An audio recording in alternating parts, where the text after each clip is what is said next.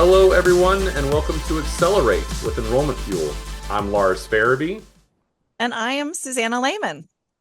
So with us today, we have Tony Erwin, who has joined the enrollmentFUEL team as our Vice President of Financial Aid Partnerships. Welcome, Tony.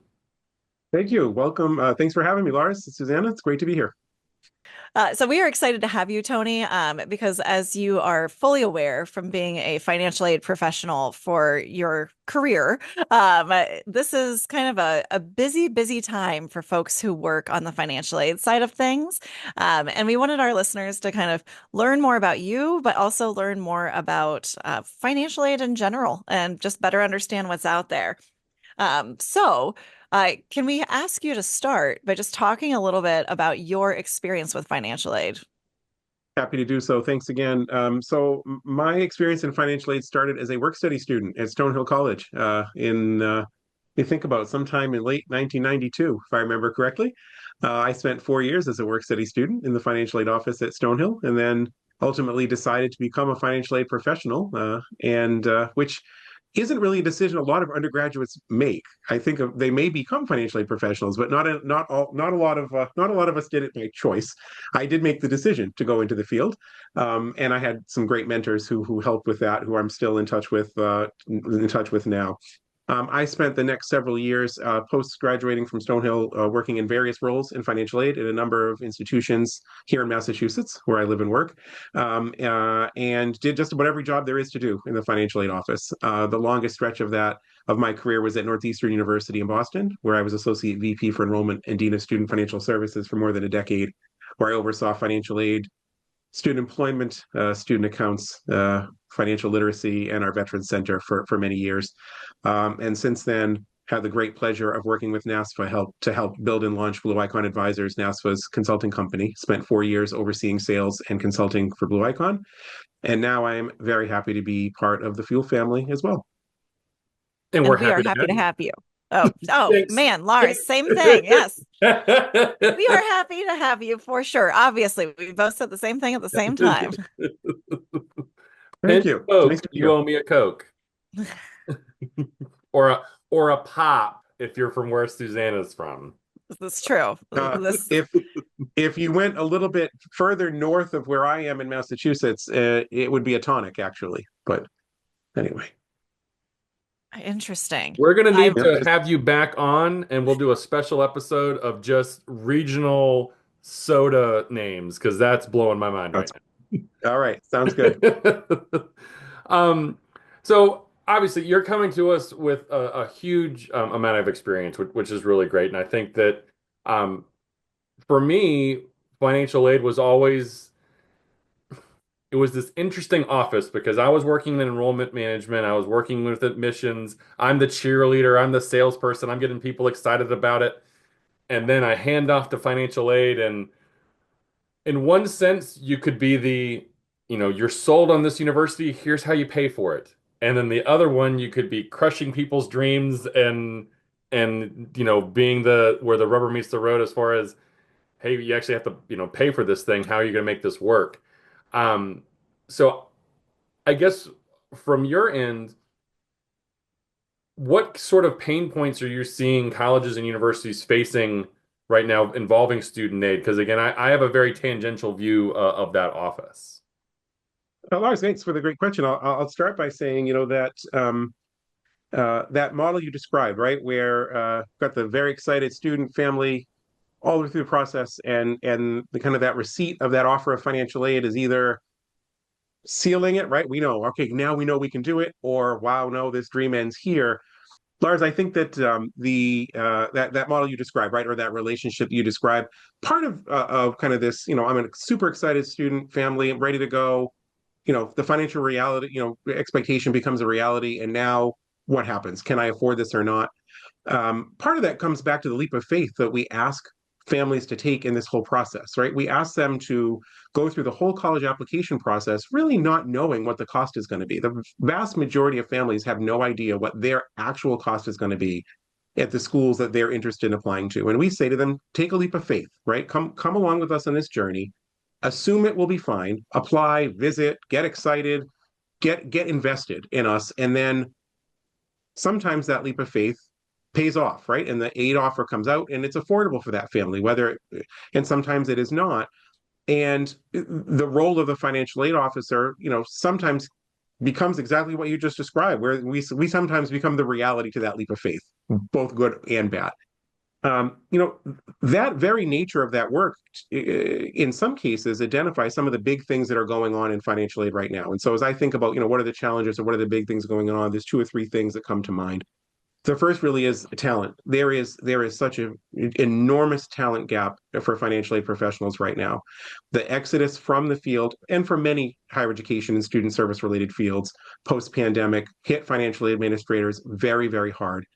And truly, the last several months of the better FAFSA has had a big impact on people accelerating retirement plans or new professionals not sticking around. So you've got this potential talent gap at a time where articulating value to students and families is never been more important for the and so you've got the people with the most experience and history and ability to do that exiting the field for any number of reasons, and the biggest and a growing demand for people with that, and there are not professionals out there filling these roles at the director level, at the kind of senior levels in the aid office. And so there is really just a substantial talent gap. That's a huge thing going on in the aid office at the moment. A couple other things going on. I think that even historically, some financial aid officers have not been great partners in that decision-making enrollment process, right? Fantastic at getting students and families through the application process, explaining how financial aid works, processing aid, delivering aid, all of that, but really see kind of that divide. Well, really, it's the admissions officer's job to do the conversation about value and making this decision. Our job is just to get you through the aid process, get you your numbers. That just doesn't really work. Doesn't work for most institutions. They need full participants in both of that, both of that conversation, both ways.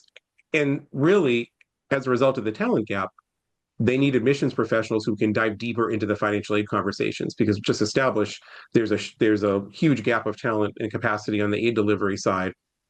Where can institutions fill that? They're going to have to empower their admissions staff to go deeper into those conversations is a big thing.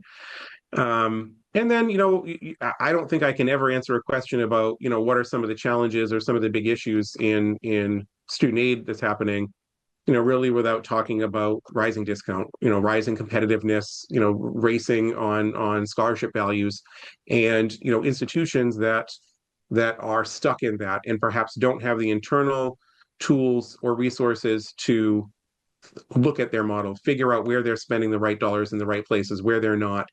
Maybe even because of that talent exodus, right? They may have had folks who were very good at that who've left.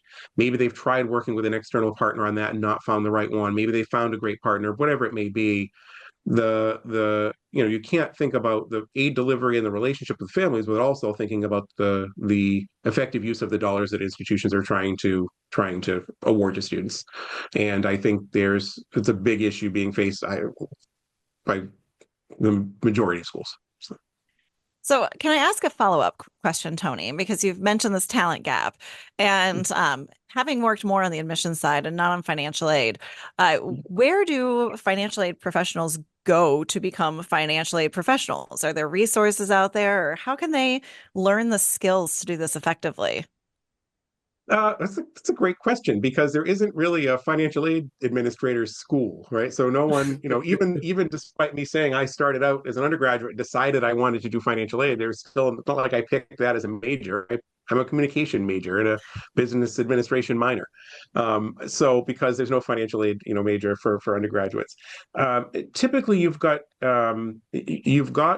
folks who come into the field because they like helping students, right? They like the connection. They like helping families, helping students. They like being that resource that helps students achieve their goals. And this is one path for those types of folks. But they often also have a good skill set around, analytical ability, good math skills, good process folks. And you have that balance because, ultimately a financial aid officer who is an amazing counselor but can't get the work done is only so effective. And someone who's amazing at doing the work but doesn't want to talk to a student to save their lives, also, again, not necessarily the most effective. Although on any given day, I could be in either one of those camps. But so where they come from, how they learn, it's largely a community-based profession. So a new person might come into the profession, perhaps because they see an opportunity in an institution, they want to go get a graduate degree at an institution, and might get tuition remission benefits and say, I'm gonna, this looks like an interesting thing. I like to help students. I'm going to do this. Or perhaps they were a work study student, or got identified. We used to identify undergraduate students who were really smart, and I would say, "Hey, would you like to, work in this office? We'd like to, I see something in you." But most of that effort to then turn them into an effective aid officer comes through thorough training at their institution, which historically was the starting place. Harder now because there's less people with the experience institutionally train them, but also then the professional associations, state, regional, and the national association really steps in through training activities, whether it be boot camps, ongoing training, to really get that person up to speed. And certainly the federal student aid program itself has a lot of training resources for new financial aid administrators. And quite often that would be the starting place for a new financial aid officer. But the effort about how to grow and teach a new financial aid administrator is largely community based in the aid community. So based on what I'm hearing you say, if you are a school hunting for new financial aid officers of any way, any shape or form, you really want to focus on some of the soft skills that they might have, as well as some of those harder skills, such as, math and being able to do that. But, the being able to talk to people and have those conversations seem to be more important than finding someone who might necessarily have financial aid experience. Is thinking about what are they bringing to the table that is teachable. 100% yes. And then there's schools have had to shift when identifying new talent, but also then how to get that talent up to speed as fast as possible. So one option is I find someone in my institution who's really smart, really engaged, knows students, knows nothing about financial aid, but knows my institution and knows our students and families. I get them in the role, and I hit go as hard as I can on the financial aid knowledge, right? Perhaps they engage with paid training for that person, because while they're doing all the available stuff through the associations, perhaps they contract with a provider to really provide some one-on-one training and coaching for that person, get them up to speed as fast as possible. There's a model. Flip side, I take somebody who shows maybe as a more less experienced financial aid person, or maybe in another part of enrollment, I see that talent. I've got to really zoom them up fast on the soft skills or on those counseling skills. And so therefore as an institution, I go out and find the right opportunities or the right supports to get them up to speed on that set of skills. Ultimately, it's really at this point looking for someone who has something, right? This something that you think is actionable, and then putting the plan around them. It used to be, and I'm not sure this is unique, Susanna, to the financial aid profession, but it certainly used to be, you came in as a new professional, and really the obligation was on you to figure it out, right? You figured it Mhm. out and you got up to speed. That's just not the way it works anymore. It's really institutional, and the aid, kind of the financial aid community through the professional associations, that is trying to build and grow the next generation of financial administrators, because that you come in and figure it out, and once you have, then you'll be valuable. That model just doesn't work anymore. And I don't think that's unique to us. So That's very helpful. Yeah, and it sounds then that coachability, or a high index of coachability, that's something that you're really looking for then, right? In anybody that you're bringing in, just being able to identify their strengths and weaknesses, but then also how do we get them up to a level that they can be successful. true. That is true. And I certainly don't want to imply, Lars, that every up and coming financial administrator or is not coming in. There are still plenty of people with experience that Right. are moving up through the field. It's not that that's gone, but yes, I think that opportunity to learn, to want to learn, coachable, and in institutions who are willing then to invest in the growth of that person, and not make the assumption that they can hire them and they'll be fine. They're not. It takes investment, which is time and money to invest in that person to get them where they need to be, is very, very, very, very important. But then that you would think that that's one way that maybe we can solve some of the problems and issues that you're seeing out there in the landscape. What are some other, I guess, positive stories? I mean, it's not all doom and gloom. What are some ways that Better utilization of systems. That I don't think you can ever go back in a period of time and say it wasn't important to have a robust system that was being used to its maximum ability. That's always been important.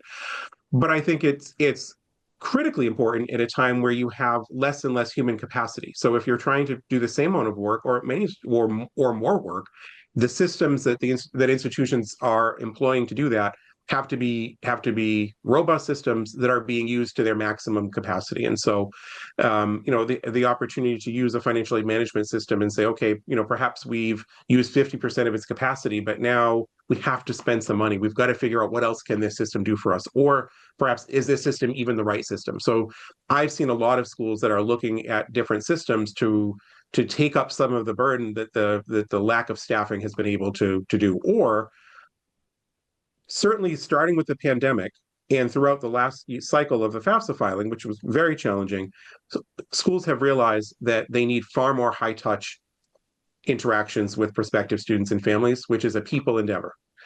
And therefore, the systems have to do the work that those people have to set aside. So I will say, number one, I see a lot of schools looking at systems and either maximizing their current system or replacing it to try to shore up the capacity in the aid office so that the humans can do only what the humans can do. That's a lot of that going on right now. And that also comes, I think, looking at systems like Slate.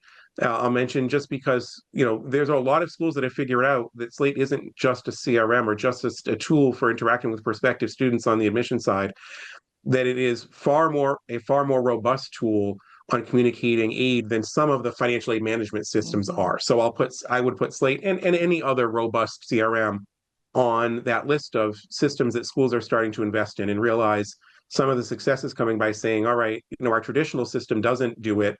What else do we use here that could do the things that we do, to get more bang for our buck? We're already paying for this thing, kind of thing. So I think there's a decent amount of success with that. And I think that also seeing, I would say it's a mixed bag a bit, but I'm seeing more schools realize the value in the financial aid data that they're accumulating that they've never taken out for a spin, realizing, at what point, you think about all of the work that will go into kind of I think the word modern is coming to mind, but it's really the wrong word. Robust or modern enrollment effort, where schools are tracking interactions, making assumptions about propensity to enroll, all those types of things on the AIDS admission side. That should be happening simultaneously on the aid side as well. And schools are figuring that out, so that therefore they're using resources more effectively to plan for resources. So certainly advances in data, but there's a lot of have and have nots when it comes to kind of robust use of data. So a lot of schools are still not even thinking from a data perspective when it comes to financial aid, and it's what families and students and families are telling us in that whole process on the aid side. So definitely some success there, but a lot of opportunity, I would say. So Tony, you earlier alluded to the better FAFSA, or as I was telling some of my partners last year, the FAFSA was the new F word, because of all the chaos that was happening last year. So are there other anticipated changes that of coming up at really any national, state level related to financial aid? Because it's always changing, right? So there has to be something. It is always changing, definitely always changing. And yeah, definitely the new F word. That's pretty good. that's Thank pretty you. good. I worked it a little bit first, Yeah, yeah, She's working on her tight yeah. five, Tony. She's really trying to get ready for her stand-up career. So All right. Well, yeah, yeah. I think if you did an open mic on on that topic, you'd get some very creative phrases. I'm really very, very sure. So, but I like yours. It's vaulted right to the top for me. Um, So I would just, if I had a crystal ball, I would probably be in another line of work. But I would say that actually was effective. But I would say, things that are likely to happen based on the change in administration, and we're seeing a change in administration, and we're seeing a change in the control of Congress. So things that are likely to happen. Um, you know, some of the funding issues. If you look at what's been proposed on the House side, the Republicans proposed reduction in spending to administer the federal aid programs, as well as kind of a relatively modest increase in federal student aid flat funding, or in some cases reduction to campus-based aid, we will likely see some more of that. So certainly the most up-to-date Senate and executive budget versions have substantial increase in all those things. All of that's over, right? All of that's over in just a short couple of days. So where it goes, it doesn't know. But I would say, if I were going to say some specific stuff, campus-based aid, which includes federal work study and the federal SEOG grant, very likely to see substantial cuts over this administration, if not elimination at some point. It just seems almost inevitable, personally, to me. Some of the toiling that schools are doing over reporting for financial value transparency and gainful employment requirements, the deadline of which was yesterday. Typically Republicans have not been big proponents of the gainful employment requirements, so potentially see some of that rolled back. Typically, they have, in fact, liked more accountability. So the financial value transparency, I'm not entirely sure is going to go away, because that falls a little bit more into that transparency. Probably a big one that isn't necessarily about day-to-day financial administration, but is a big issue, is borrower defense to repayment, or repayment. Typically, the Republicans have been less favorable to student claims of false or misleading practices by schools that lead to loan forgiveness. So we'll probably see, right now, I would imagine the new administration will stop fighting some of the pushback on those rules, and let them go, or roll back to the less favorable to students rules. Other stuff, do I think there's going to be big changes to the FAFSA early in the administration? I really, truly do not. I think there's so much work that's going into getting it where it is. 25, 26, which is open and live, is a huge improvement already over 24, 25, but there's still a list of issues. I don't see substantial changes to the actual FAFSA process, at least early in the administration. It just seems unlikely to me. In fact, I actually think it's going to get better a little faster, because there's so much spotlighted on it right now. I think the new administration will want to claim that as a victory and say, we cleaned this all up, it's perfect now. So I have a feeling it might actually get better a little faster. It's just my personal. But aside from that, I think we're just going to have to wait and see. We're just going to have to wait and see. But, funding, some regulation and provisions, I think we'll see some changes relatively quickly, either through action or inaction, that will ultimately lead to rolling back of regulation. So hurry up and wait, basically. Yeah, I think some of it's gonna happen pretty quick, and I think stuff will reveal itself. If you look at there's a lot of things that the new administration wants to do. I'm not entirely sure meddling around with, page 712, line 452B, part 9 is really where they're going to get pretty fast on some things, but we'll see. It is my favorite part of that whole line, though. So that does make sense. That's the one I always pull out. In fact, I've got it on my bulletin board. It makes me it keeps me grounded. Yes, absolutely. Here at enrollmentFUEL, we really pride ourselves in being able to work with colleges and universities to solve a lot of their pain points and work towards common goals. What are we able to do here at FUEL now that you're with us in terms of our financial aid services? So there's some things that FUEL has done for quite a while, and has done very, very well, helping identify opportunities for improved efficiency in overall enrollment management processes, including financial aid. So the opportunity to come in, help an institution realize, what's working well, what isn't, how are systems being utilized well or not. FUEL has done that work, and done that work well, for some time. So certainly that's on the table. Helping institutions think about and improve their overall communication flow around cost and value and aid and pricing, and the appropriate time to start those messages. A very, very strong conflow on that. FUEL is a great partner in that, and has been for a long time, and will continue to be so. Some new areas for us now with me having the great opportunity to be here, really focusing on some of those opportunities to grow and develop and coach and train those new financial aid professionals. So really helping solve some of those challenges around the talent gap. So we talked quite a bit already about strategies for schools to kind of to staff up and to support new staff. We are very excited to be a partner for schools in that, and really help develop the next generation of financial aid professionals. And then finally, the biggest piece for us is really helping schools looking at the effective use of their aid dollars, looking at their overall aid scholarship pricing strategy, and really diving deep into how their dollars are being spent, where they're being spent effectively or not, best practices in delivery around those dollars, but also in the effective utilization of those institutional resources and looking at pricing and leveraging models. That's new work for us, and we already have several projects underway with schools and are very, very excited to grow that business. So you'll see me, Susanna and Lars, spending a lot of time on that work over the coming days, weeks, months, and years. Well, I appreciate that, Tony. And being the person that had to talk about financial aid offer letters, not packages, offer letters, but not actually writing them, it's good to know there's people like you behind it and helping make sure that the money is being used wisely and well, and that we've got good people in those seats. So we really appreciate the work you're doing. And I think that's everything we have for today's podcast, right? I think so. And again, just Tony, just thank you so much for joining us today. It is uh, as I said at the top of the show that I only knew from afar what y'all did, and this really helped get a better understanding and a better appreciation of the hard work that you and folks just like you have been putting in to college and universities across the country. So thank you very much.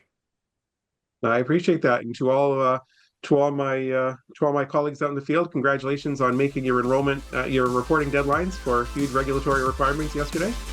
And stay tuned for what we're building, and we're excited to be with the Fuel team. So thanks so much for having me today.